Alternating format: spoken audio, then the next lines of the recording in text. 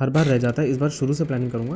Tax, insurance, investment सब कुछ शुरू से प्लान करूँगा। मेरे को बिल्कुल रिस्क नहीं लेना है। कोई नहीं यार, इस साल नहीं कर पाया ना, न्यू ईयर आ रहा है, इस साल शुरू से प्लानिंग करूँगा, बिल्कुल रिस्क नहीं लूँगा। कोई नहीं यार, इस साल नहीं कर पाया ना, न्यू ईयर आ रहा है, इस साल शुरू से प्लानिंग करूँगा, बिल्कुल रिस्क नहीं लूँगा। कोई नहीं यार, हो जाता है, न्यू ईयर आ रहा है ना, इस बार शुरू से प्लानिंग करूँगा, पूरा फाइनेंस प्लान बनाऊँगा, सब कुछ अच्छे से प्लान कर लूँगा। ओफ, इस साल भी रह गया, पर अगले साल। तो ये थे हमारे रामलाल जी। अगर आपको इनकी तरह नहीं बनना है तो इस वीडियो को पूरा देखिए, क्योंकि आज के इस वीडियो में हम डिस्कस करने वाले हैं 2023 के लिए कंप्लीट फाइनेंशियल प्लान, और ये हर किसी के लिए वैलिड होगा। अगर आपकी सैलरी 2-3 लाख रुपए महीने है, या आप एक स्टूडेंट और आप एक पॉकेट मनी पे सर्वाइव करते हैं, सबके लिए ये वैलिड है। इस फाइनेंशियल प्लान को अच्छे से समझिए। इस डिटेल फाइनेंशियल प्लानिंग में हम expenses, savings, investments, tax, insurance, emergencies, इन सबको कंसिडर करेंगे ताकि आप कहीं भी पीछे ना रह जाएं। साथ ही हमने इस वीडियो में सभी टॉपिक्स को चैप्टर्स में डिवाइड कर दिया है। आपको कोई स्पेसिफिक टॉपिक समझना है तो आप इस चैप्टर पे स्किप भी कर सकते हैं। तो कैसे हैं आप सब? मेरा नाम है दीपक त्रिपाठी, आप एंटर कर रहे हैं चिंपलोक में। आइए एक अच्छा फाइनेंशियल प्लान बनाते हैं 2023 के लिए। फाइनेंशियल प्लान बहुत कॉम्प्लिकेट करके बताया जाता है, बट इसको ऐसे समझिए कि एक साल में आपको अपने पैसों के साथ जो करना है, उस सब का एक रोड मैप बना रहे वाले, एक बेसिक डायग्राम रहेगा जिससे हमें पता रहेगा कि हम कितना पैसा इस पूरे साल में कहाँ पे खर्च करने वाले हैं या कर सकते हैं। सबसे इग्नोर्ड पर सबसे इंपॉर्टेंट टॉपिक होता है एक्सपेंसेस। अगर एक्सपेंसेस ठीक है, आपके खर्चे ठीक है ना, तो ही आगे प्लानिंग करने का मतलब है, वरना इसके आगे बढ़ने की जरूरत ही नहीं है। अपने जितने भी बैंक अकाउंट्स हैं, जितने भी जगह हैं जहाँ से आपके ट्रांजैक्शंस होते हैं, उनके 6 महीने के स्टेटमेंट्स निकाल लो पिछले, और एक बार जरा देखने की कोशिश करो कि आपने कहाँ कहाँ कितना खर्चा किया। कई ऐसी जगह होंगी जहाँ पे जरूरत नहीं थी लेकिन आपने खर्चा किया। कई ऐसे खर्चे होंगे जो आप भूल ही गए होंगे कि मैंने ये किए भी थे। पर पता है सबसे ज्यादा दिमाग हिलेगा कहाँ पे? उन खर्चों पे जो आपको पता ही नहीं था कि कभी हुए भी हैं। नहीं यकीन आता? मैं बताऊं कैसे।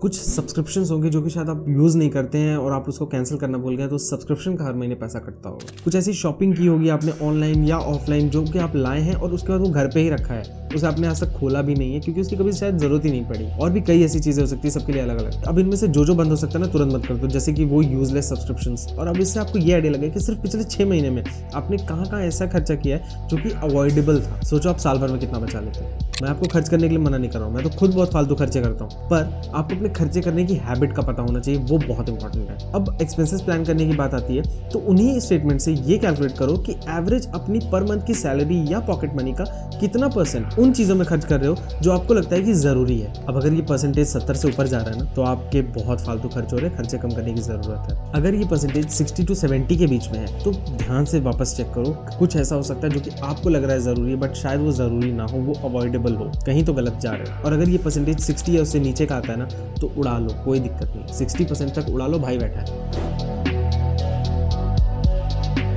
अब बात करते हैं सेविंग्स की। नहीं, इसे इन्वेस्टमेंट या इमरजेंसी फंड से कंफ्यूज मत करिएगा, ये अलग है।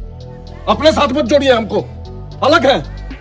ये वो पैसा जो आपके बैंक अकाउंट में रहेगा। इस पैसे से आप कुछ बड़ी चीज़ें खरीदनी होंगी, वो खरीद सकते हैं। इस पैसे को आप हर महीने थोड़ा बहुत उड़ाने के लिए यूज़ कर सकते हैं, तो ये वो पैसा होगा। अब ये कैसे कैलकुलेट करना है कि कितना पैसा उड़ाना है हर महीने, तो आई बटन पे वीडियो, हमारी सैलरी मैनेजमेंट वाली वीडियो में हमने ये अच्छे से डिस्कस किया था कि आपको कितना पैसा सेव और कितना पैसा उड़ाने के लिए रखना चाहिए। आप वहाँ पे देख सकते हैं। अब आपका जो भी मंथली खर्च है उसमें अपना रेंट, EMI जो भी है वो जोड़ लो, उसमें ये फन मनी, ये उड़ाने वाला पैसा जोड़ लो। उस अमाउंट को इंटू 5, इंटू 6, इंटू 7, आपकी मर्जी है, कुछ भी कर सकते हो, उतना करो। और ये वो पैसा जो आपको अपने बैंक अकाउंट में हर समय मेंटेन करना है। अगर इसमें से आप कुछ खर्च करते हो तो मेक श्योर ये पहले पैसा वापस आ जाए, तभी आप आगे वाले खर्च करो। इस अमाउंट को सबसे पहले रेडी कर लेना। कोई भी इन्वेस्टमेंट, कोई भी इंश्योरेंस, कुछ भी करने से पहले इस अमाउंट को रेडी कर लेना। उसके बाद जैसे ये रेडी हो जाएगा, हर महीने सैलरी या पॉकेट मनी का 2, 3, 5% इसमें ऐड करते रहना। बाकी सबका क्या करना है मैं बताता हूँ।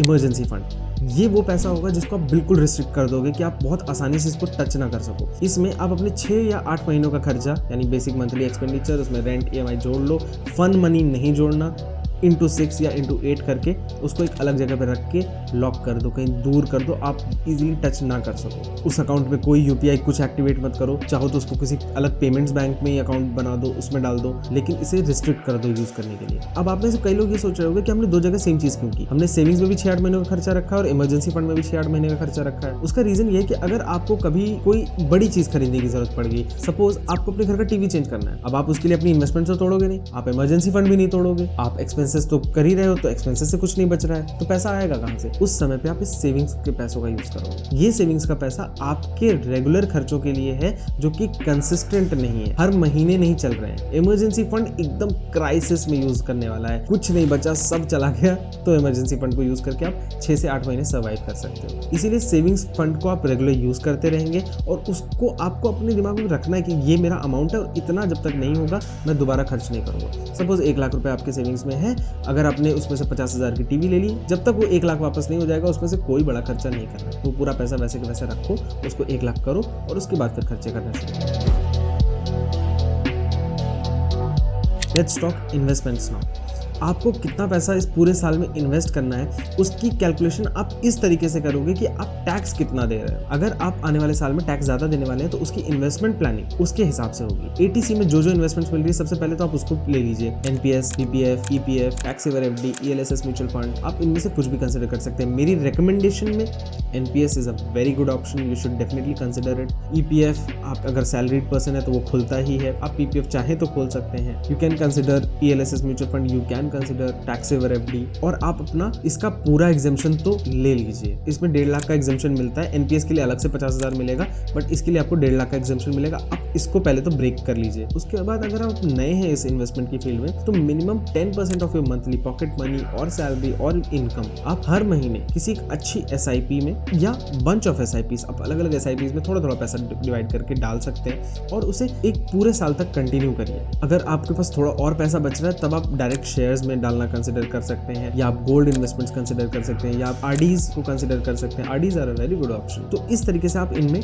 डिवाइड करिए अपना पैसा, बट मेक श्योर करिएगा कि 10% मिनिमम हर महीने कंसिस्टेंट बेसिस पे पूरे साल इन्वेस्ट हो। बाकी आप उसके ऊपर कुछ भी कर सकते हैं, 10% का 20, 25, 50 जो करना चाहे कर सकते हैं, बट मिनिमम 10% तो करना ही है।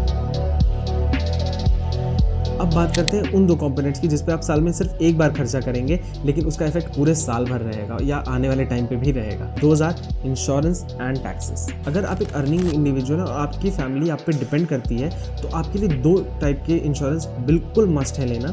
एक टर्म इंश्योरेंस जो कि आपका लाइफ इंश्योरेंस होगा, टर्म इंश्योरेंस ही लीजिएगा, उसके अलावा कोई और प्रोडक्ट मत लीजिएगा, यही एक अच्छा ऑप्शन होता है। दूसरा होता है एक अच्छा हेल्थ इंश्योरेंस। अगर आपकी फैमिली में कुछ और लोग भी हैं उनको भी अगर आप दिला सकते हैं that will be a very good thing, उनको भी आप एक अच्छा हेल्थ इंश्योरेंस दिलवाइए because you never know about the emergencies. इससे आपको एटीसी और एटीडी में डिडक्शंस तो टैक्स के मिलेंगे ही, साथ में ये एक बहुत ज़रूरी चीज़ है जो कि आपको लेनी ही चाहिए। एक अच्छा टर्म इंश्योरेंस 15 से 25,000 के बीच में आ जाएगा और एक अच्छा हेल्थ इंश्योरेंस 7,000 से 15,000 के अराउंड आ जाएगा। अब जल्दी से टैक्सेस के ऊपर एक ओवरव्यू लेते हैं। अगर आपकी इनकम बहुत ज़्यादा टैक्स दे रहे हैं then I would say consider chartered accountant, क्योंकि वो आपको आपकी स्पेसिफिक रिक्वायरमेंट्स के हिसाब से आपको कंसल्टेशन दे सकता है। बट अगर मैं एक जेनेरिक वे में बोलूँ, आप जिस घर में रहते हो अगर आप वो आपके ग्राम पे रजिस्टर्ड नहीं है, आप उसका 60,000 तक का उसका रेंट क्लेम कर सकते हो। एटीसी में हमने जो भी इन्वेस्टमेंट्स किए, life insurance, NPS, PPF, EPF, tax saver FD, ELSS mutual fund, इन सब का आप क्लेम ले सकते हो। एनपीएस को एक्सक्लूड करके 1.5 लाख और एनपीएस के लिए 50,000 का आपको डिडक्शन मिलता है। हेल्थ इंश्योरेंस जो आपने अपनी और अपनी फैमिली का लिया है वो आप क्लेम कर सकते हो एटीडी में। साथ ही अगर आपने कोई होम लोन लिया है तो आप उसका क्लेम ले सकते हो, आपने कोई मेडिकल एक्सपेंसेस किए हैं आप उसका क्लेम ले सकते हो।